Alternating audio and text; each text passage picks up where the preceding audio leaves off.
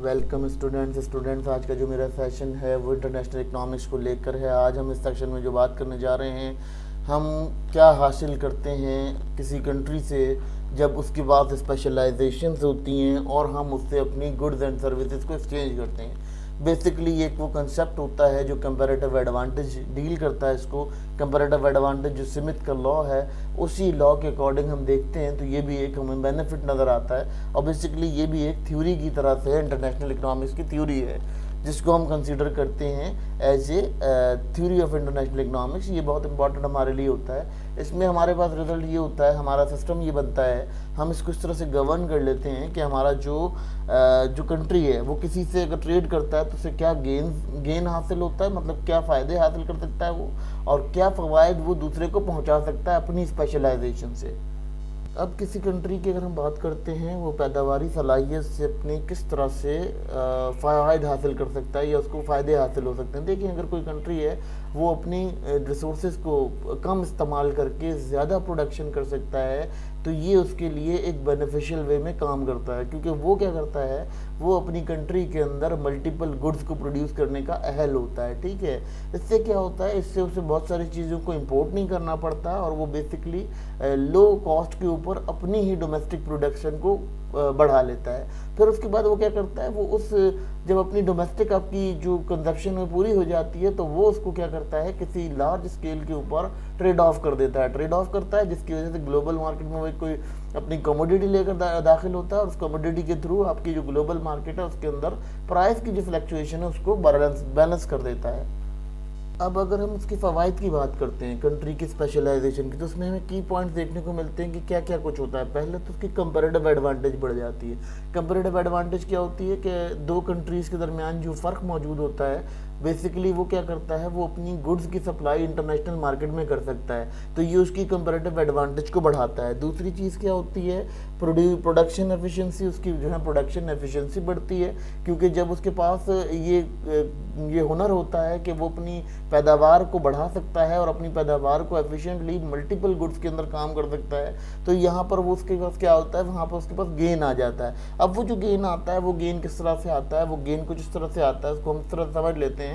कि जब आपके पास कोई एक गुड्स से ज़्यादा बनाने की कैपेसिटी होती है तो आप क्या करते हो, मल्टीपल गुड्स बनाते हो, जिससे क्या होता है, आपके पास जो गुड्स हैं वो आपके पास जो है आपकी अपनी जो डोमेस्टिक इकोनॉमी होती है उसके अंदर वो यूटिलाइज बहुत अच्छे से हो पाती हैं। ठीक है, दूसरी बात अगर हम बात कर लेते हैं, इसका आउटपुट इंक्रीज़ हो जाता है। इससे क्या होता है, इससे जो उसके रियल वेरिएबल्स होते हैं कंट्री के, तो वो भी बढ़ जाते हैं। जब उसके पास किसी चीज़ में स्पेशलाइजेशन हो, वो लोअर अपॉर्चुनिटी कॉस्ट के ऊपर मल्टीपल गुड्स को प्रिपेयर कर पाता है। ठीक है, तो इससे क्या होता है, इससे उसका जो आउटपुट है वो बढ़ जाता है, यानी उसके जो रियल वेरिएबल्स हैं, यानी ग्रोथ बढ़ती है, उसकी इकोनॉमिक स्टेबिलिटी बढ़ती है, उसके जो कंडीशंस होती हैं, यानी फर्दर कंडीशंस को भी देखा जाए, उसकी एम्प्लॉयमेंट लेवल है, जो उसका अनएम्प्लॉयमेंट लेवल है वो भी डिक्रीज़ होता है और अनएम्प्लॉयमेंट लेवल बढ़ता है, और बहुत तेज़ी से आपको जो है देखा जाता है कि आपकी जो स्टैंडर्ड ऑफ लिविंग है वो इंक्रीज़ हो जाता है। ठीक है, अगर हम कंपैरेटिव एडवांटेज के थोड़ा सा ओवरव्यू करें इस पॉइंट के ऊपर, की पॉइंट के ऊपर, तो कंपैरेटिव एडवांटेज यही होती है कि फिर आप अपनी गुड्स एंड सर्विसेज किसी के साथ शेयर कर सकते हो। जब आप वो शेयर कर सकते हो तो ऑलमोस्ट आपकी जो गेन, आपकी जो स्पेशलाइजेशन है, जिस चीज़ से आप स्पेशलाइज्ड हो उस चीज़ को आप ट्रिक अराउंड कर सकते हो और अपने काम में ला सकते हो, उसे अहल कर सकते हो। अब इसको एक एग्जांपल से समझ लेते हैं इस कंसेप्ट को। देखें जी, एक कंट्री है, कंट्री ए के पास क्या है, वो अपनी गंदम को प्रोड्यूस कर सकता है, गंदम की बहुत अच्छी प्रोडक्शन कर सकता है। अब उस गंदम की प्रोडक्शन की वजह से क्या हो रहा है, उसके पास जो सिस्टम आ रहा है वो ये आ रहा है कि गंदम प्रोड्यूस हो रहा है। अब गंदम प्रोडक्शन हो रही है तो गंदम की प्रोडक्शन में क्या होगा कि वो बहुत स्पेशलाइजेशन रखता है उसके ऊपर। इसी तरह दूसरा कंट्री है, वो कपड़े के ऊपर काम करता है, उसका कपड़ा बहुत अच्छा है। तो अब क्या होगा, ये दोनों कंट्री बजाय इसके कि गंदम और कपड़ा बनाने की कोशिश करें इकट्ठे एक ही जगह पर, तो ये क्या करते हैं, ये अपनी मज़ीद कपड़े की क्वालिटीज़ या कपड़े की जो इकसाम होती है उसको बढ़ा लेते हैं। ठीक है, कपड़े की इकसाम बढ़ गई तो उससे क्या हुआ, उससे उसका जो ट्रेड था इन दोनों के दरमियान बहुत आसान हो गया, और उसने क्या किया, मल्टीपल क्वालिटीज़ ऑफ गंदम को भी उगाना शुरू कर दिया, गंदम की भी मल्टीपल क्वालिटीज़ आने की उसके पास। तो उससे क्या हुआ, उससे उसकी जो उसकी ट्रेडिंग थी या उसका जो लेवल ऑफ अचीवमेंट था वो बढ़ गया, और उसकी ऑटोमेटिक आउटपुट बढ़ी, ग्रोथ बढ़ी और प्रोडक्शन बढ़ी। तो उससे जो है ऑटोमेटिकली उसे गेन होगा जब वो किसी कंट्री जो है स्पेशलाइजेशन रखता होगा किसी चीज़ के अंदर। गेन फ्रॉम एक्सचेंज की बात कर लेते हैं। अब जो कंसेप्ट बात कर रहे हैं गेन फ्रॉम एक्सचेंज की, ये कंसेप्ट ये है कि जनाब आपकी जो कंट्री है वो किस तरह से गेन करती है जब आप एक्सचेंज करते हो गुड्स एंड सर्विसेज को। देखिए आपके पास क्या हुआ, आपने किसी कंट्री के साथ अपना, बेसिकली ये थ्योरी है, ये दोनों कॉन्सेप्ट जो हैं वो एक थ्योरी है इंटरनेशनल ट्रेड की, जिसको हम यहाँ डिस्कस कर रहे हैं। तो ये जो एक्सचेंज की बात मैं यहाँ कर रहा हूँ, वो एक्सचेंज की बात इस तरह से कर रहा हूँ कि अगर देखें मेरे पास गंदम बनाने की फैसिलिटी है, मैं गंदम हाई लेवल पे प्रोड्यूस कर सकता हूँ, तो इसी तरह मैं कपड़े को भी प्रोड्यूस कर सकता हूँ। जब कपड़े को प्रोड्यूस करने वाला जो कंट्री है वो क्या करेगा, वो बजाय इसके कि वो गंदम को प्रोड्यूस करने में अपनी एनर्जी रिसोर्सेज इस्तेमाल करे, वो कपड़े को ज़्यादा क्वांटिटी में प्रोड्यूस करेगा, जिससे क्या होगा, वो कपड़ा किसी कंट्री को देगा और उससे गंदम रिसीव कर लेगा, क्योंकि उसके पास इतनी एफिशिएंट ज़मीन नहीं होगी, इतनी एफिशिएंट लैंड नहीं है, इतना एफिशिएंट रिसोर्सेज नहीं है उसके पास कि जिस पे वो गंदम को प्रोड्यूस कर सके। तो ये कंडीशंस क्या होंगी जब गेन फ्रॉम एक्सचेंज क्या होता है कि जब आप कोई चीज़ नहीं पैदा कर सकते तो आप किसी कंट्री से उसको बोरो कर लेते हो। जो बोरोइंग होती है आपकी किसी कंट्री से, वो क्या करती है, वो आपकी जो डिमांड होती है, डोमेस्टिक डिमांड होती है, उसे पूरा कर देती है, और जो आपकी प्रोडक्शन होती है उसके अकॉर्डिंग आपका जो प्रोडक्शन किया हुआ या प्रोड्यूस किया हुआ माल है उसको एक्सपोर्ट कंडीशन में लाकर जब मार्केट के अंदर डाला जाता है, तो वहाँ पर ये कंडीशन होती है कि ये दोनों ट्रेड्स एक दूसरे से इक्वलाइज कर जाती हैं। तो ये इंटरनेशनल इकोनॉमिक्स का एक कंसेप्ट है जिसको हम यहाँ डिवाइड कर रहे हैं। अब इसके कुछ की कंसेप्ट के ऊपर बात कर लेते हैं। पहला की कंसेप्ट ये होता है जी इसका कि कंजप्शन बढ़ जाती है आपकी प्रोडक्शन से ज़्यादा, यानी आप जो प्रोडक्ट प्रोड्यूस भी नहीं कर रहे हो आप उसे कंज्यूम कर पा रहे हो, ठीक है। जो एक्सचेंज ऑफ गुड्स के थ्रू होता है उससे क्या होता है कि आपके पास गंदम की प्रोडक्शन नहीं हो रही लेकिन फिर भी आप गंदम कंज्यूम कर पा रहे हो, ठीक है। लेकिन आपके पास जो कपड़े की कंजप्शन हो रही है वो कपड़े की कंजप्शन दूसरे मुल्क के अंदर कपड़े की कंजप्शन बढ़ा रही है, ठीक है। क्योंकि क्या हो रहा है कि आपका कपड़ा जो है वो दूसरे मुल्क जा रहा है, ठीक है। दूसरे मुल्क में आपकी, इस मुल्क में आपकी गंदम आ रही है, तो आपकी डोमेस्टिक लेवल पर जो कंजप्शन है वो आपकी प्रॉपर वे में चल रही है, ठीक है। सबसे पहला फर्क आपका यहाँ पड़ता है। दूसरा होता है जी प्राइस बेनिफिट्स। प्राइस बेनिफिट्स क्या होते हैं कि आपके पास जो प्राइस होती है वो ऑटोमेटिकली जब आप एक दूसरे के साथ ट्रेड ऑफ करते हो तो कंट्रीज एक दूसरे को प्राइसेस बैलेंस कर लेते हैं। जैसे एक गज कपड़ा 1 रुपए का है, ठीक है, तो इसी तरह आपने 2 रुपए की गंदम है, तो आपने क्या किया कि 2 गज कपड़े को देकर 2 किलो या 2 रुपए की गंदम जो है वो हासिल कर ली, ठीक है। तो आपके पास क्या हुआ, आपकी प्राइस बैलेंस हो गई। आपने गंदम की प्राइस अपने एरिया में 1 रुपए की रखी क्योंकि आपने जो है कपड़ा उसे 1 रुपए का दिया, 1.5 रुपए का दिया, और उससे जो है वो आपने 1.5 रुपए के हिसाब से 2 रुपए की गंदम ले ली किलो में। तो इस तरह से आपकी जो प्राइसेस हैं वो इनफेक्टेड होती हैं। ये बैलेंसिंग आती है जब आप एक्सचेंज करते हो गुड्स को, अपनी सर्विसेज को। फिर तीसरी बात कर लेते हैं चीज़ की। तीसरी बात ये होती है कि वेलफेयर, आपकी जो वेलफेयर है कंट्री की। देखिए बहुत सारी चीज़ें ऐसी होती हैं जो आप प्रोड्यूस नहीं कर पाते हो, गाड़ी है, चीज़ें हैं, आपकी गाड़ी नहीं बना पाते आप, बहुत सारी ऐसी टेक्नोलॉजिकल चीज़ें नहीं बना पाते। जैसे अंडर डेवलप नेशन की बात करें तो उनके पास बहुत सारी चीज़ें ऐसी होती हैं जो वो एक्सपोर्ट करते हैं या इम्पोर्ट करते हैं, ठीक है। लेकिन उस एक्सपोर्ट के थ्रू जो वो एक्सपोर्ट वो कर रहे होते हैं वो बहुत थोड़ी होती है बनस्बत इम्पोर्ट के, तो वो उन्हें इम्पोर्ट करना पड़ता है। जैसे गाड़ियाँ इम्पोर्ट करते हैं, मशीनरी पार्ट्स इम्पोर्ट करते हैं, इसके अलावा बहुत सारी चीज़ों को वो इम्पोर्ट करते हैं। तो ये कंडीशन क्या होती है, ये एक्सचेंज बैलेंसिंग होती है। इससे क्या होता है, आपका लिविंग स्टैंडर्ड बढ़ता है, आपका जो इकोनॉमिकल स्टेबिलिटी होती है, जिसे कहना चाहिए इकोनॉमिकल डेवलपमेंट आपकी कंट्रीज में फॉरवर्ड होती है जब आप जो है वो एक्सचेंज के ऊपर काम करते हो, एक्सचेंज रेट के ऊपर काम चल रहा होता है। अब अगर हम इसको एग्जांपल से समझते हैं तो एग्जांपल से कुछ इस तरह से समझते हैं कि लेके मान लेते हैं कि 2 कंट्रीज़ हैं, ठीक है, ए और बी कंट्रीज़ हैं। अब ए और बी कंट्रीज़ क्या कर रहे हैं, ए कंट्री जो है वो कपड़ा को प्रोड्यूस करने में बहुत माहिर है और बी कंट्री जो है वो गंदम को प्रोड्यूस करने में बहुत माहिर है। तो उसमें क्या हो रहा है, ए कंट्री क्या कर रहा है, ए कंट्री जो है वो आपका कपड़ा की प्रोडक्शन बढ़ा देता है, जितनी उसको डिमांड है उससे भी ज़्यादा वो प्रोड्यूस कर लेता है कपड़ा, ठीक है। तो उससे क्या होता है, जो कंट्री बी होता है वो क्या करता है, वो अपने पास वीट की प्रोडक्शन बढ़ा देता है जितनी उसकी डोमेस्टिक डिमांड है। अब दोनों कंट्रीज़ क्या करते हैं, जो उनकी एक्स्ट्रा जो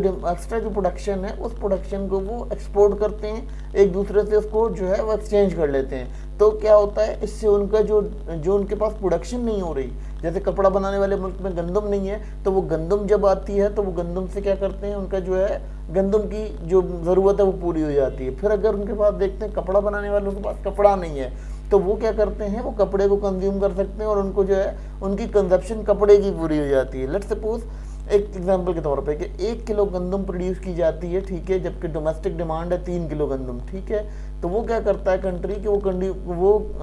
वीट पे बहुत ज़्यादा स्पेशलाइजेशन रखता है, तो वो क्या करता है, वो 5 किलो गंदम प्रोड्यूस करता है, ठीक है। अब दूसरी कंट्री की जो गंदम की डिमांड है वो 1 किलो डिमांड है, ठीक है, और क्या कर रहा है, वो कपड़ा प्रोड्यूस कर रहा है, चार पीस ऑफ कपड़ा, यानी 4 पीस का कपड़ा कर रहा है। हम जिस तरह से एग्जांपल ले लेते हैं, तो 4 पीस का कपड़ा क्या करता है, वो उसमें से 1 पीस कपड़े का जो है वो वापस भेज रहा होता है उस कंट्री के अंदर, क्योंकि उसकी 3 पीस की डिमांड थी, वो 3 पीस कपड़ा बना रहा है, ठीक है। लेकिन अगर वो चौथा पीस बन रहा है, एक्स्ट्रा बन रहा है वो पीस, तो वो क्या कर रहा है, वो उसको सेल आउट कर रहा है, ठीक है, या उसको बेच रहा है या एक्सचेंज रेट कर रहा है, ठीक है। तो ये इंटरनेशनल ट्रेड की एक थ्योरी के एक सिस्टम है, जिस सिस्टम को यहाँ डिबेट किया जा रहा है। सब बात करते हैं इस बारे में कि जो कंट्रीज होते हैं वो कंबाइनिंगली किस तरह से गेन उनसे फ़ायदा उठाते हैं, गेन स्पेशलाइजेशन से और एक्सचेंज से किस तरह से कंबाइनी तौर पर दोनों कंट्रीज फ़ायदा उठाते हैं। अब वो कंडीशन क्या होती है, आपके पास ये डिस्कशन देख लेते हैं, यहाँ डिस्कस करते हैं इस मैटर को।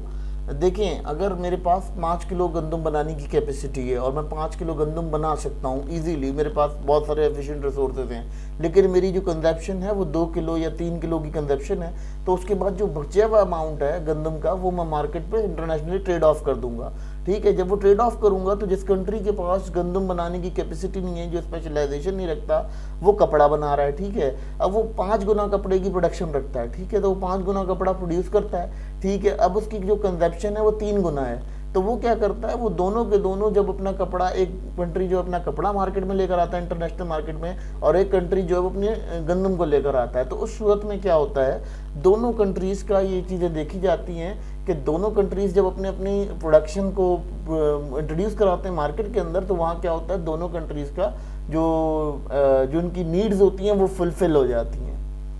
अगर इसी कॉन्सेप्ट को हम देख लेते हैं ग्राफिकली, तो ग्राफिकली इसको पॉइंट को किस तरह से देखा जाएगा कि आपका जो प्रोडक्शन पॉसिबिलिटी फ्रंटियर हमने पढ़ा था, उसी को हम देख लेते हैं कंपैरेटिव एडवांटेज के ऊपर। अब कंपैरेटिव एडवांटेज के ऊपर क्या होता है कि हमारे पास 2 रीजंस होते हैं। अच्छा, वो रीजंस क्या होते हैं कि हमारे पास जो इस तरह से सिस्टम बना हुआ होता है स्टेबलाइज फॉर्म में, कि हम देखते हैं जब किसी को प्रोडक्शन नहीं कर पा रहा होता वो, ठीक है, तो वो अपना पार्टिसिपेट करता है प्रोडक्शन पॉसिबिलिटी फ्रंटियर के अंदर, जहाँ पर वो क्या करता है, वो एक ऐसे पॉइंट पर आ जाता है कि उसे कुछ ना कुछ प्रोडक्ट्स जो है वो बाहर से खरीदनी पड़ती हैं, तो जिससे क्या होता है उसकी एक्सचेंज रेट को हम वहाँ देखते हैं, और सेम ये बात समझ में आ जाती है कि जो हमारा जो